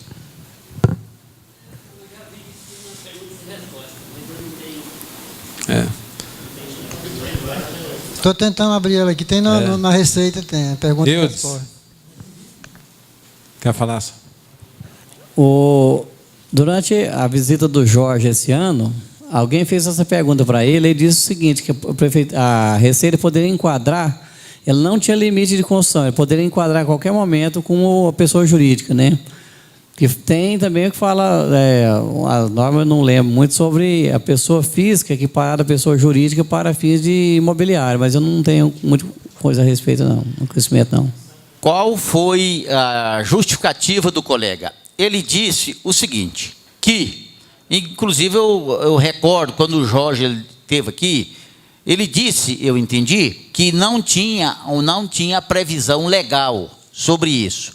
Claro que a tendência da Receita Federal é puxar para a Receita Federal. Diz que, na dúvida, né, vamos lá para o governo. Então, a tendência é essa. O que ele está dizendo aqui, o que o colega disse? Ele disse o seguinte, que com base desse artigo, pode-se equiparar a pessoa jurídica se são construções em condomínio. O cidadão comprou uma área de 2.000 metros quadrados. Uma área de 2.000 metros quadrados. Lá ele fez 10 casas. E esse artigo diz, se essas 10 casas, ele as aliená-las antes de 60 meses, 5 anos, pode ser considerado pessoa jurídica. Porque se ele averbar em cartório aquelas construções, é claro, passa-se a pessoa jurídica. Se ele as alienar, nesse prazo de 60 meses, esta área de 5.000 metros quadrados, em que ele construiu lá 20 casas. Mas, se ele comprou 10 lotes separados, um em cada setor, 10 setores, e lá ele construiu uma casa em cada lote, aí não equipara-se a pessoa jurídica. Esse foi o entendimento que este colega nosso disse. E perguntou, veja lá com os colegas, como é que eles estão fazendo, porque tem a febre aí da construção. Tem certeza que os seus colegas contadores estão aí também, ou dando informação, ou prestando serviço de assessoria. Estão aplicando o ganho de capital ou o procedimento. Ronan, por gentileza, só repete no artigo a leitura dele que você disse aí. Tá. Artigo 152. Equipara-se também a pessoa jurídica, o proprietário ou titular de terrenos ou glebas de terra que, sem efetuar o registro dos documentos de incorporação, aloteamento, neles promova a construção de prédio com mais de 2 unidades imobiliárias ou a execução de loteamento se iniciar a alienação das unidades imobiliárias ou dos lotes de terreno antes de decorrido o prazo de 60 meses, contado da data da averbação no registro imobiliário da construção do prédio ou da aceitação das obras do loteamento. Então, aqui está aqui. Essa questão de 2 está voltando para o loteamento. Não fala da pessoa física. Mas aí parece que ele é bem específico. Ele diz, você vai construir a unidade com mais de 2... um prédio com mais de 2 unidades. Ou seja, então é um prédio residencial. Ou então você fala, no caso, você registrar lotes à incorporação imobiliária. Que aí você fez o desmembramento. Eu entendo que isso aí é diferente da construção de casas igual, né? Eu entendi aí pela leitura que é diferente. Porque quando ele diz, você construiu com mais de 2 unidades imobiliárias, quer dizer, um prédio, se você vai erguer um prédio na esquina aqui, com mais de 2 unidades, aí sim, você teria que fazer a incorporação dele. Eu entendi dessa forma. Esse é o seu entendimento, Mauro, que aqui fosse para prédio. Leva lá para o Braz, lá para nós. Vê se o Braz...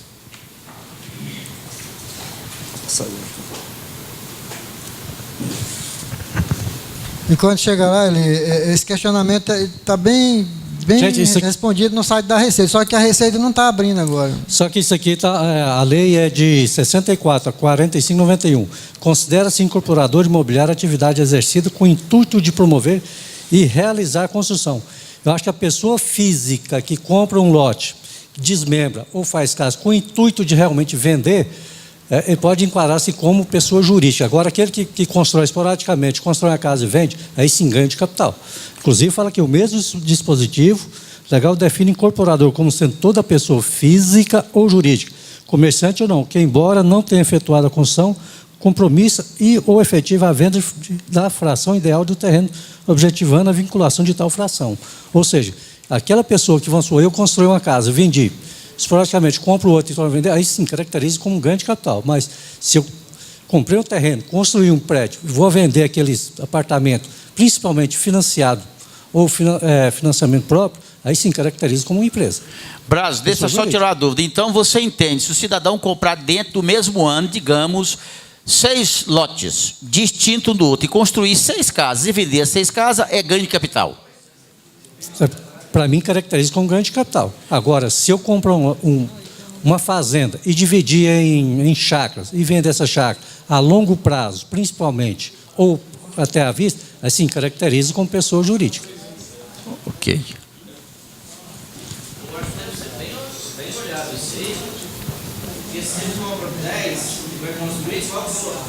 O objetivo. Agora, você compra as 10 para construir as 10 para revender, aí sim. Agora, esporadicamente, eu compro a minha, vendi, depois comprei, aí ganho de capital. Ou...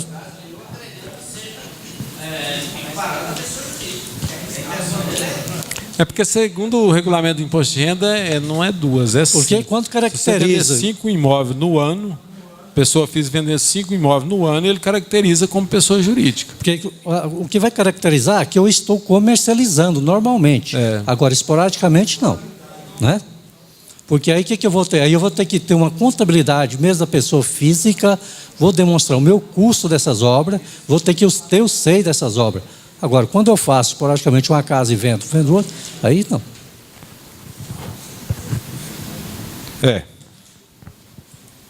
Depois nós veremos isso aí melhor, então.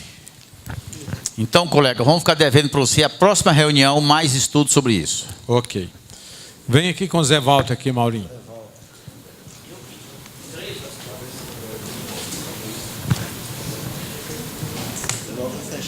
O ISS, base de cálculo, não sei o que mais. Eu, até ontem, fazendo uma caminhada, um afiliado perguntou sobre uma construtora que faz construção civil, emite notas para a construtora que incorpora. Aí ele falando que ela está no presumido e querendo passar por simples. Eu falei assim, não, enquanto ela tiver com o código de administração de obras, não tem como. Eu falei assim, mas eu acredito que tenha um benefício no ISS. E eu fui pesquisar hoje, realmente tem benefício, mas pagando o ISS na base de cálculo, seria a prestação de serviço menos os produtos, materiais agregados, né? Aplicado. Então, não tem aqui, igual o representante comercial, pelo percentual não, né? Redução. Então, o caso é esse. Eu tenho que levar a resposta para ele. A consultora, por obra completa, que pega a empreitada por obra completa, ela deduz do faturamento o material aplicado e a diferença é base de cálculo. Agora, esse material aplicado é aquele material que é exclusivamente da alvenaria do imóvel, como tapume, calçada, pregos, não entra esse. Mas eu vi alguma coisa hoje no Código Tributário do município de que blocos serão deduzidos. Se o bloco for para levantar a parede, sim. Isso, justamente. Sim. Eu falo aquele tapume que você põe em redor, aquele uso e consumo não entra. Tudo bem. É o custo direto. É o material aplicado na alvenaria exclusiva. Certo? Eu gostaria que o Brasil... Fala no microfone aí. Está aqui. Liga. O Brasil... Zé Walter, que está nesse assunto, não era conveniente, se pode ou não, de ele pagar o ISS menos a matéria aplicada, mas a nota total vai lá para o PIS, não para o Imposto de Renda e Contribuição Social, sobre os 32, certo? Não era conveniente ele dar nota fiscal de serviço, somente nota fiscal de serviço, e esse material ser vendido? Não, o caso é porque eu fiquei de verificar que eu pensei que tinha uma redução de base de cálculo, mas não é. É a composição de base de cálculo. Então eu tinha que tirar essa dúvida aqui hoje. Pois é, mas pode fazer isso. Mas você não estaria pagando mais se você optar pela vender o material e só colocar no nosso serviço do serviço prestado? Eu concordo com você. Exato, total, né? Não, mas acontece que se for de comércio, ela pega tudo? Não, ela pega. Se comércio só é 8%. E do serviço é 32%. Porque na realidade é o seguinte, as obras licitadas, as obras licitadas não aceitam nota de venda. Então tá bom, pronto. Aceita só nota de prestação do serviço. Então tá resolvido. Tá? Nesse caso, uma consultora particular aí, um condomínio que ela estiver fazendo, ela pode até criar esse centro de custo dessa forma. Mas as obras licitadas, todas têm que ser nota fiscal de mão de obra. Por exemplo, construtora não tem nem inscrição estadual. Você vai lá para tirar isso fora da construtora, não tira. Mais alguma coisa aí, Rosamund? Não, parece que tem mais uma pergunta que eu fiz, não tem? Pois é por isso que eu estou falando. Vai lá. Tudo bem. Pode falar qual é a segunda aí. Aí eu não anotei, não, pois ia ser essa base de cálculo. Certo. A outra é o seguinte, a preocupação, até hoje nós estávamos conversando ali, o E-Social. E-Social. E-Social, que nós ainda não começamos a falar, e a legislação fala que é a partir de 1º de janeiro, né? Correto. Não, eu sei, Geraldo, eu também tenho minhas dúvidas, mas nós temos que estar vigilantes. Vigiai, né? Certo? E orai. Então, se a gente não vigiar, não adianta, né? E também se não orar, também não adianta. Então, o outro detalhe também, a outra pergunta foi prorrogado até quando o destaque na nota fiscal dos tributos? Porque a lei eu pergunto... A lei da transparência, né? E eu pergunto porque já me fizeram essa pergunta hoje, que o rapaz tem que renovar o valor do pagar o seguinte, o programa e já tem que... A lei entrou dia 10 de junho. Exato. Certo? E a lei está em vigor. Porém, a aplicação da multa foi prorrogada 1 ano para frente. Então, seria 10 de junho de 2014. Correto. A aplicação da multa, ela vai atuar agora? Não, na verdade... Você é mal, hein, Veraldo? Na verdade, eu acredito que essa lei não vai pegar. Essa lei não tem lógica. Deixa o Geraldo comentar um pouquinho. Eu não estou querendo dar solução, não, querendo complicar mais. Essa lei, ela realmente é complicada e será que vai pegar? Porque, inclusive, o que o pessoal está fazendo errado é uma coisa estrondosa. Porque, no primeiro instante, eu mesmo, quando ali, eu entendi que eu ia demonstrar o imposto da minha empresa. E, na verdade, é o imposto que incidiu desde a cadeia produtiva. Entendeu? Que dá alguns produtos aí dão 30 e tantos, 40 e tantos %. Aí você pega a nota fiscal lá, está com 9%. Entendeu? Não, e outros o imposto é bem menor e está lá em cima.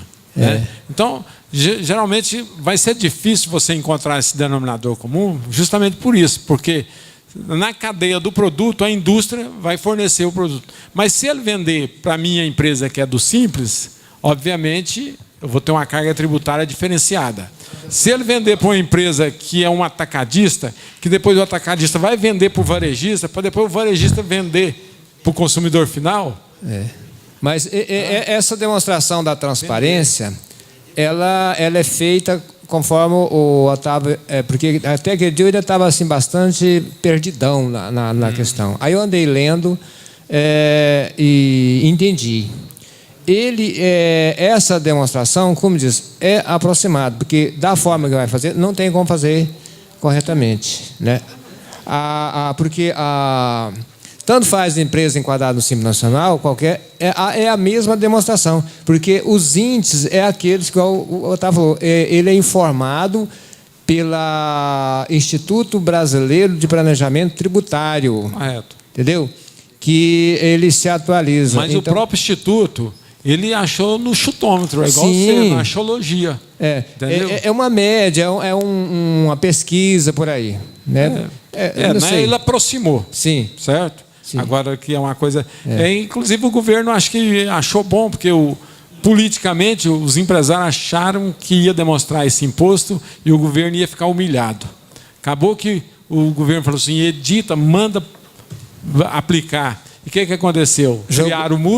Criaram multa, penalidade forte, inclusive, que ainda bem que ele prorrogou mais um ano e que não fez o efeito político que esperava, que era jogar o contribuinte contra o governo. E colocou um pepino grande na mão do empresário. Do empresário. Né? Agora, o E-Social, igual você todo dia está lendo, só falta 4 meses.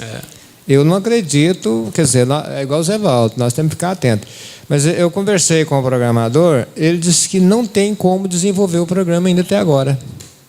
Que não tem nada, só tem um layout lá que não diz nada, segundo a informação do programador. Eu não posso dizer, teria que ser um programador para falar mais sobre isso, né? O programador nós temos ali, o Leonardo. Sabe alguma notícia, alguma novidade aí do EC?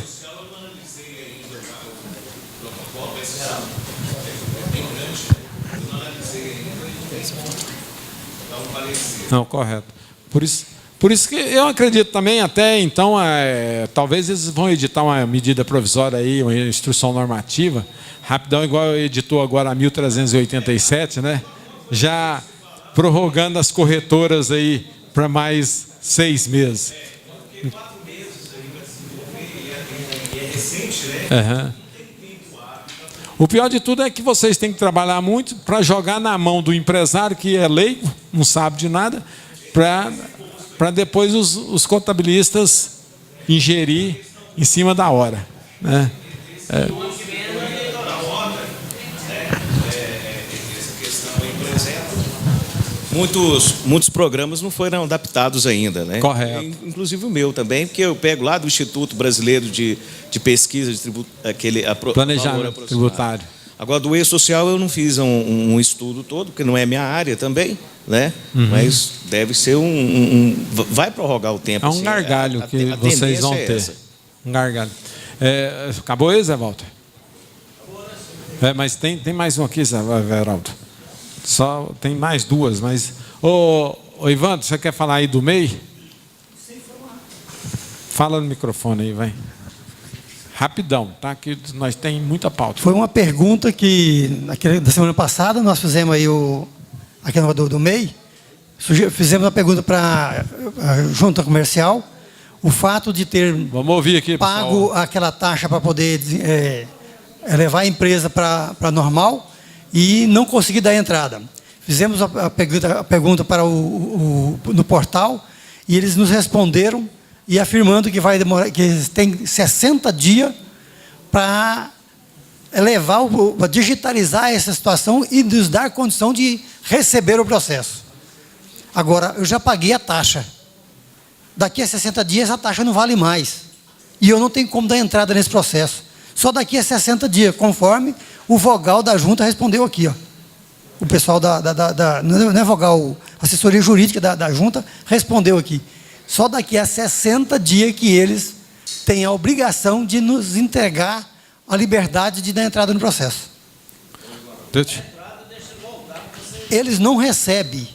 O processo não acontece. Vamos discutir isso. Tem mais 2 pautas aqui. Vamos discutir na próxima terça-feira, né? Fala do MEI aí. Ronan, sobre a corretora. Colegas, o Fábio pede para adjudicar os senhores a sua ausência a pedido familiar, sabe? Por isso que ele retirou.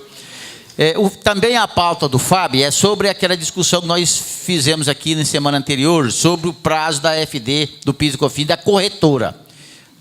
Houve colegas que disseram que o prazo era anterior, e nós dissemos que era janeiro de 2014. Então, agora está na IN 1380, isso pela ausência do layout, está na IN 1387, no seu artigo 1º, ela alterou o artigo 4º da IN 1252, o item 3. Então, altera-se a entrega da FD, do PIS e COFINS, das corretoras para janeiro de 2014. Ela estava prevista para julho, né? Aí prorrogou para janeiro de 2014. Veraldo. Bem, pessoal, microfone. Só que eu gostaria que vocês analisassem, nós vamos fazer um encontro. É o 6º Encontro Nacional dos Presidentes do Sindicato. Então, a gente sempre leva bastante trabalho. Eu gostaria, se vocês têm algum trabalho para a gente levar, inclusive essa aplicação do artigo 138 do Código Nacional, que o Átila, né? Átila. Eu gostaria que o Átila olhasse. Então, por que existe penalidade para entrega disso, daquilo? O que serve esse artigo 138? Porque o Código Tribunal Nacional está no lugar, é um decreto na época, tá, como se fosse uma lei complementar. Por que as outras leis ordinárias desobedecem o artigo 138 do Código Tribunal Nacional? Se bem que o Estado de Goiás parece que é o único Brasil que está aplicando esse artigo 138. Se a gente procurar a participação fazendária sem qualquer oportunidade de licenciação, eles não têm o que falar em penalidade. Vamos supor, a multa formal não tem, se a gente procurar espontaneamente. Isso também está na lei também. Eu gostaria do Adler vocês olhassem isso, que eu quero levar um trabalho para eles, mandar para o Senacom, mandar para o Conselho, para que as leis ordinárias obedeçam essa lei, que é uma lei complementar, não é? O artigo 138, o problema dele está nesse parágrafo único, né? Que o STJ esvaziou bastante a utilização desse artigo em razão desse parágrafo único. Não se considera espontânea a denúncia apresentada após o início de qualquer procedimento administrativo ou medida de fiscalização relacionados à infração. Qual que era o entendimento há alguns anos atrás? Não vou saber aqui precisar, mas um entendimento um pouco mais antigo desse artigo que eu acho um pouco mais coerente. Que seria o quê? O que interromperia, o que tornaria a denúncia espontânea ou que ela não fosse espontânea? Seria a notificação do cliente, correto? O STJ esvazia isso aqui ao momento que ele diz que pode ser qualquer procedimento de apuração ou fiscalização do órgão tributante, ou seja, do órgão fiscal, seja ele federal, estadual ou municipal, sem que haja a necessidade da notificação. Aí fica muito complicado, correto? Porque, vamos colocar aqui o seguinte, eu tenho uma empresa, essa empresa começa a ser fiscalizada pelo fisco, eu não recebi nenhum tipo de notificação. Eu vou lá tentar regularizar a minha situação, pensando estar agindo de forma espontânea. O fisco vira para mim e fala, não, mas eu já comecei um procedimento aqui interno, do qual você não foi cientificado, e isso te retira. Então, assim, isso é uma discussão, entendeu, que, vamos dizer assim, ainda há muito a ser debatido, entendeu? Eu sou da corrente que o presidente, obviamente, deve se filiar também, de que devemos utilizar como um marco para a utilização ou não desse artigo a notificação válida do contribuinte, certo? É por isso que talvez a própria Receita criou o DCTF, que é uma declaração de confissão de dívida, que é um ato administrativo, isso. A DACOM, o FD, isso. E aí afora. Né? Então, uma lei ordinária... Tá, olha ali. Mas vamos supor, você deixou de apresentar a DACOM hoje. Correto. Houve alguma ação fiscal que amanhã eu já tenha multa? Uai, se você deixar de apresentar a DACOM hoje, ela já sai notificada de imediato. Pois é, mas houve ação fiscal? Hã? Houve ação fiscal? Você não apresentou. Pois é, não houve, mas houve um ato administrativo onde a Receita determinou que haveria uma multa formal, formal em cima. É isso que eu estou falando, que eu estou espontaneamente, vamos supor, esqueci de apresentar a declaração. Amanhã, eles nem sabem, hoje eu não estou sabendo nada. Por presunção, já estava notificado porque isso apresentou. Então, que esse artigo aqui, se eu procurar espontaneamente, esse artigo está fora do... Concordo plenamente, o doutor Atman colocou. Esvaziou a utilização do artigo. Eu acho que eu já tinha comentado isso aqui em algumas outras vezes, agora sobre o esvaziamento do artigo 138, que é o Instituto da Denúncia Espontânea, e isso, na minha opinião, é violentar os direitos do contribuinte de forma sem qualquer precedente, entendeu? Porque, assim, é uma posição que não é só minha, doutrinadores de maiores envergadura no cenário nacional já discutem isso. Mas o problema é que essa discussão ela ainda está muito no campo da doutrina. É uma discussão que deveria adentrar um pouco mais os nossos processos judiciais, né, para que a jurisprudência também se mova no sentido de estar rediscutindo essa matéria, porque eu imagino ter uma importância muito grande, sobretudo nesse campo hoje que a gente vê que as obrigações fiscais estão cada vez mais eletrônicas, né? E a emissão de multa ela é instantânea, né? E atrasou, já vai lá, quando já vai apresentar, já é instantâneo, já sai lá a sua multazinha e tal, né?